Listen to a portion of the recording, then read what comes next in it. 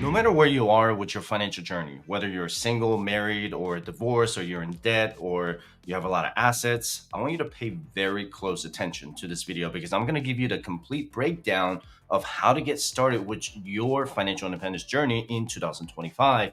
It doesn't matter if you make $50,000 a year, $100,000 a year, or $200,000 a year. I want you to give yourself one day this week to go over your entire finances to make sure you are on track to have enough in your nest eggs to retire on time or retire early. Now, I want you to come take a walk with me so I can go over this step by step with you so I don't bore you talking to my studio the whole time.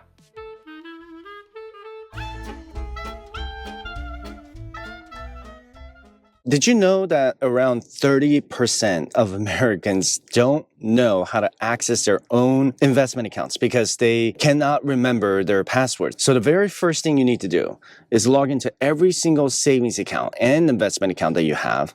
And listen, you're all adults here, so I'm not going to show you how to reset your password for your investment account. But once you have your account situation figured out, I want you to write down the following on a spreadsheet or a piece of napkin. I don't care what it is, because these are the same questions any financial planner is going to ask you. Okay. First, if it's a retirement account, find out if it's a 401k, 403b, 457 TSP, or IRA. And do you have a 529 college savings plan for your kids? And does your 401k come with an employer match, profit sharing, or ESOP? Write those down. And second, I want you to write down the current balance of that investment account. So how much do you currently have in your investment accounts, okay? And the third, I want you to write down what's all invested in that account. Is it all in stocks or is it some of it in bonds? Write down the ticker symbols for the mutual funds, ETFs, or whatever else that you're invested in. Fourth, I want you to write down how much you're putting into that account every paycheck or every month. And fifth, if it's a retirement account, write down if it's going into traditional or Roth. And so traditional will be pre-tax and Roth will be an after-tax, okay? And six, if it's a bank account, how much interest are you earning every year? Is it a high-yield savings account or is it a traditional savings account? And seventh, I want you to find out how many checking accounts you currently have and which one is your primary one.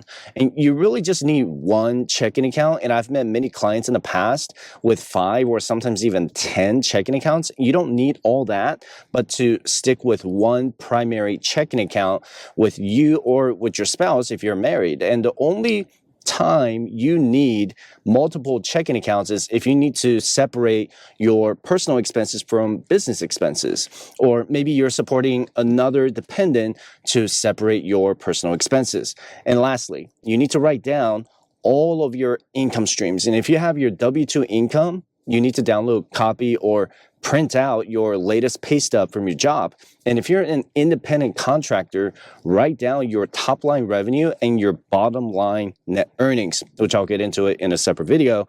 And do you have any pension income coming in, like your Social Security, military pension, or VA disability? Do you receive any dividend income from your investments? If you have a taxable brokerage account, chances are you're receiving some dividends and capital gains every single year. And depending on the type of investment you have, but you will have to pay taxes on those capital gains and dividends every year. Such a beautiful view. This is such a beautiful view. It's crazy. Dude, the snowstorm is supposed to be coming. I don't know why I'm doing this in a 25-degree weather, but this is what you're going to have to do. Here's the second step, step number 2 that you're going to have to do. This is where you write down your income statement. So first, I need you to look at the pay stub that you downloaded from the first step. Write down your gross earnings, which is your hourly rate times 80 hours. I don't want you to include your overtime just yet because you need to know what the baseline income is going to be for that job. No matter what job you do, overtime hours are never guaranteed, not even for the government employees. Second, I want you to look at what's all being deducted. Do you know what's being deducted? And the most common ones are the federal income tax, state income tax, Social Security tax, and Medicare tax. And these are the taxes your employer is required to withhold on your behalf. Then you want to look at what's being deducted out of your paycheck. Do you have a health savings account or HSA, flexible spending account or FSA? How much is being taken out of your paycheck into your 401k? And Do you have any allotments going out of your paycheck every time you get paid? And third, I need you to write down what your tax filing status is for 2025. Are you single, married filing jointly, married filing separately, or you're a head of household? Do you have any dependents like your kids you need to claim this year? And because about 70% of American taxpayers, get their tax withholdings wrong every year, and which ends up with a large refund or a large payment in the next tax year. And you need to get your W-4 right. We're in January right now, so while you're watching this video, you need to find out what your W-4 says. Are you holding your taxes correctly, right? And this matters because you want to have more take-home income instead of paying too much to the beloved IRS, right? And fourth, I want you to write down every income stream that you have.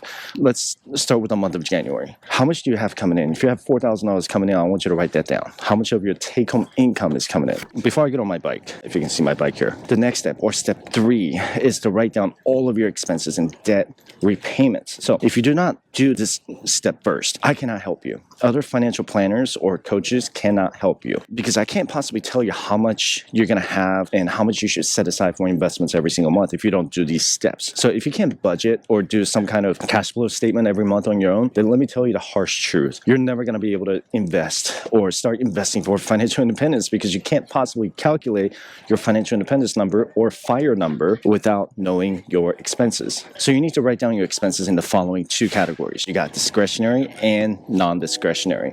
So discretionary expenses are the things that you want, not what you need. Your birthday parties, concerts, Christmas presents, or traveling are your discretionary expenses, right? And non-discretionary expenses are things that you need, not what you want.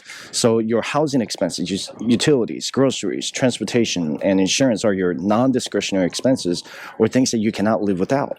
So do not tell me that putting $500 on the Lions, winning the Super Bowl in 2024 is a non-discretionary expense because it's not. And once you have your expenses figured out, here's how you can calculate your FIRE number or your financial independence number. If your total non-discretionary expenses are $60,000 a year, then you want to multiply 60,000 by 25, and that gives you $1.5 million.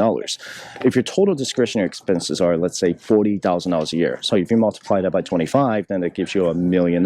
So the total FIRE number that you're going to get from between discretionary and non-discretionary is going to be 2.5 million, right? That's obviously not adjusted for inflation. And I always add a 2% annual inflation increase to my future FIRE number. And you can download my absolutely free FIRE calculator by visiting firesuccess.com/resources. When you hit 1.5 million, that means you can live on your investments without a job and make $60,000 a year using the 4% withdrawal rate from your total investments, because 1.5 million in investments multiplied by 4% is $60,000 a year, right? And those investments will likely to grow because you're not withdrawing more than 4%. And when you hit 2.5 million, that means you live on your investments without a job over $100,000 a year using a 4% withdrawal rate from your total investments. Assuming that your expenses are $60,000 in non-discretionary and $40,000 in discretionary, which means that you can completely retire and pay for your need expenses and your want expenses in your early retirement or normal retirement. That makes sense so far, right? You have to know these numbers first before you start investing. So investing blindly will not get you anywhere. You need to have clear and concise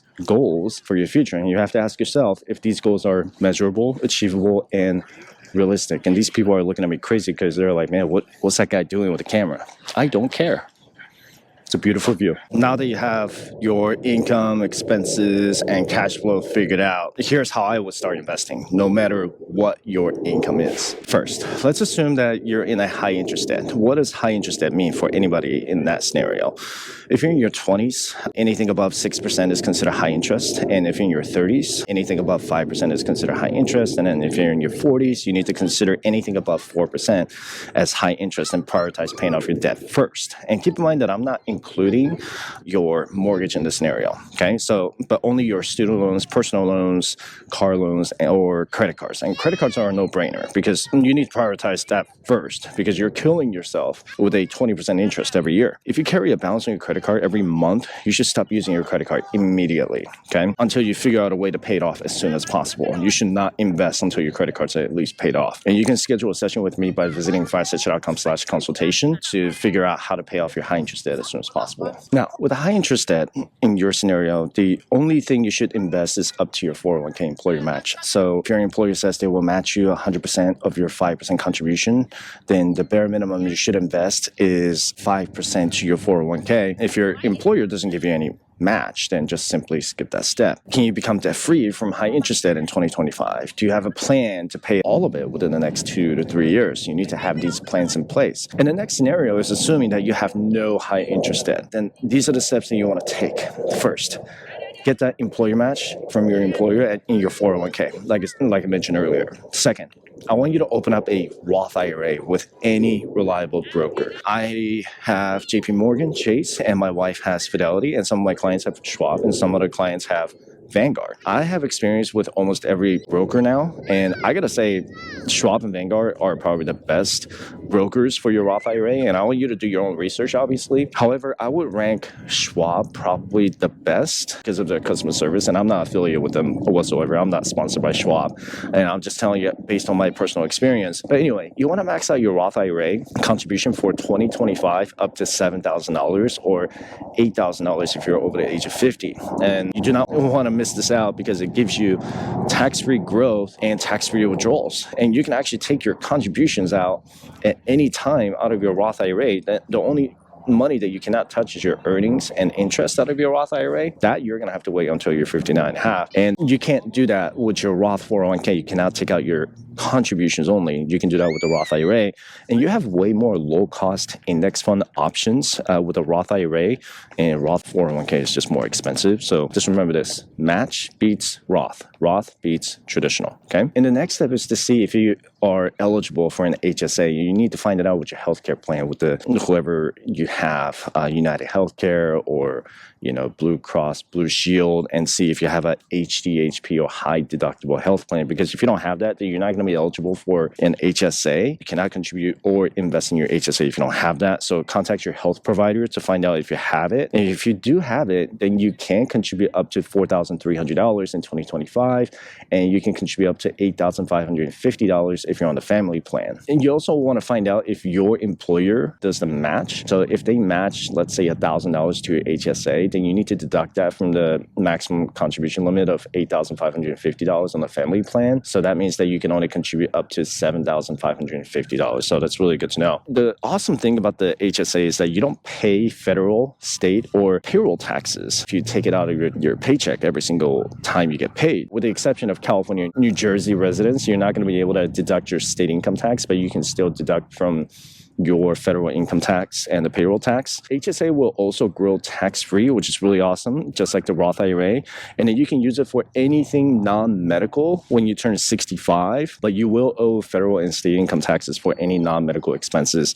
You still don't owe any taxes if you use it for medical expenses. And that's why many people on their FIRE journey treat the HSA like a separate retirement account. And now that you have your 401k employer match, you have your Roth IRA maxed out, you have your HSA maxed out, then the next step is to calculate your total retirement savings rate, just your retirement accounts, okay? So let's say between those 3 investment accounts, you're already contributing 15% of your income towards your retirement. So the next goal is to bring that savings rate up from 15% to 25%. And you're probably going to have to increase your 401k contribution beyond the employer match to get to that 25% savings rate. And if you're already there, then can you max out your 401k in 2025, right? So the maximum contribution limit for 401k this year in 2025 is $23,500 or $31,000 if you're over the age of 50. So does your employer give it a mega backdoor Roth option to contribute up to $70,000? I got a video coming out for that in the future for high income earners, so be sure to subscribe if you haven't done it already. All right, so now that you have your tax-free and tax-deferred accounts set up with your 401k, Roth IRA, and HSA, the step number 5 is to open a taxable brokerage account. So unlike your retirement account, you can open a taxable brokerage account under individual or joint.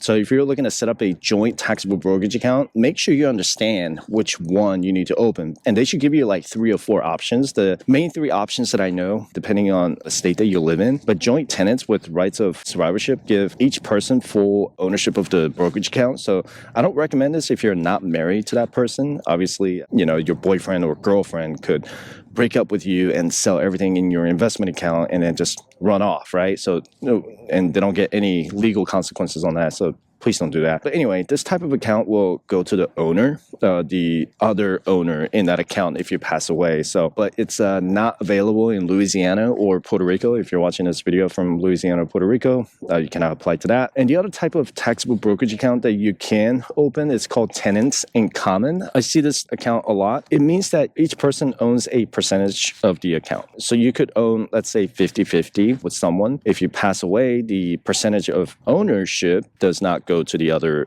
owner within this account, but it'll go to that person's estate. That makes sense so far, right? And the other type of taxable brokerage account is community property. That's pretty common for among the married couples, but it also depends on the state that you live in. And I'm going to list all the eligible states on the screen right now so you can read it yourself. Basically, each spouse will own half and half. So you get 50 and 50, okay? 50% ownership stake, basically. So when one spouse dies, though, the other spouse doesn't automatically get the other 50%, but it goes to the designated estate. I've seen some clients do this where the husband designates half of his account to his kids from the prior marriage, and the wife designates half of hers to the other kids or something like that. So it's really up to you on how you want to do it. And make sure you talk to your spouse about this before you open an account. If you're single, then everything is really just easy for you to do. You can just open a single account. And you should only contribute to this account. Remember this, after you have contributed at least 25% of your income towards your retirement. Remember, you will owe taxes on the capital gains and dividends every single year. So like in 2025, you're going to get a 1099 DIV or 1099B from the taxable brokerage account. So even if you invest in a low-cost index fund, you're most likely going to receive some type of dividends from the index fund. And if you don't know if your investments receive any dividends, just click on the ticker symbol you're investing in and see if you can find dividend yield. Most S&P 500 index funds will pay you dividends quarterly, and you want to keep track of that in a spreadsheet or something because you will owe taxes on that every year. And how much you invest in this brokerage account will matter to your early retirement journey if that's your goal. How long will it take to have $1 million or $2.5 million in your taxable brokerage account, because you're not going to be able to access your 401k or Roth IRA until you're 59 and a half. Although you can access your traditional 401k when you're 55 if you quit your job that year. But just remember that you're still going to be paying or tax as ordinary income tax from your traditional 401k. Taxable brokerage account, on the other hand, can be taxed as long-term capital gains tax if you hold your investments for at least 1 year. So you can be taxed at 0, 15, or 20%. And you can use my compound interest calculator by visiting resources. I almost forgot because I am freezing my butt off right now, but most of you are going to be taxed at either 0 or 15%. And the next step is to build your generational wealth. I've been investing in my daughter's 529 college savings plan since she was like a month old, and she has more interest in the principal in that account because I've had it for over 12 years. And Secure Act 2.0 from 2022 also allows me to roll that 529 over to a Roth IRA for up to $35,000 if she ends up not using it for college. So, which is a really good benefit to have. And I have a video about that on my channel, so I'll put it in the description below for you to watch. But the 529 will also allow you to change the beneficiary within the family tree. So if she ends up not using it and you don't want to put it in her Roth IRA, then you can change the beneficiary to your grandchildren, your parents, or whoever in your family tree. Now, even your spouse too, so which is really cool. The other account that you can explore are the gift accounts like the UTMA or UGMA. UTMA stands for Uniform Transfers to Minors Act, and UGMA stands for Uniform Gifts to Minors Act. I found UGMA to be more limited, although they act pretty much the same as far as what you can invest, but you can gift your kids by investing in cash, stocks, bonds, mutual funds, or ETFs. And if you have a UTMA, it'll actually allow you to put your real estate, property, art, or other specialty assets into this account. But I set up this account for my daughter several years ago so that it can help her buy a car eventually or put a deposit for her apartment one day. And when she turns 18 years old, her UTMA account will have to be transferred over to her taxable brokerage account. And I'm still responsible for paying any capital gains and dividends while the custodian of this account. So check it out and do some research when you get a chance, okay? I'm freezing my butt off, so I'm just going to go. Okay, I'm probably not going to do that again in a sub-freezing level, but listen, I give you guys step-by-step instructions on how to start investing, but the most important thing, 2 things you need to remember, is to be patient and be consistent. Okay. First, you should never invest in something that you do not understand. If you've never done options trading, options contracts, then you probably shouldn't do it. And if you don't understand what the S&P 500 is, you should take the time to read about it and read what companies are in the S&P 500 index. The key to success is to be consistent with your investing schedule. Dollar cost average your investments and never deviate from your investing schedule. And there are days that you're going to see the market is down. If the market is down, buy more. If the market is up, invest as scheduled. If the market is way down, buy way more. As simple as that. And it's pretty simple. Patience will pay off in the long run, because you may see that balance go from $1,000 to $990, or you may see the balance go from $1,000 to, let's say, $970 because the market is down. Remember that it is a loss on paper and not an actual loss until you sell it. And you never want to sell it at a loss, right? Unless you're trying to save some taxes. 11 years ago today, I had over $110,000 in total consumer debt from credit cards, car loans, and personal loans, making less than $58,000 a year. And today, my investments are earning more interest and dividends than my total income in 2014 and 2015. So no matter what your situation is with your income, debt, or assets, this is your time to take complete control of your finances. Maybe for the first time in your life, right? Nobody will care more about your finances than you. Not even the government. They will not come and rescue you. And this has been another beast of a video, and I hope you got a lot out of it. You better got a lot out of it, because I was freezing my butt off.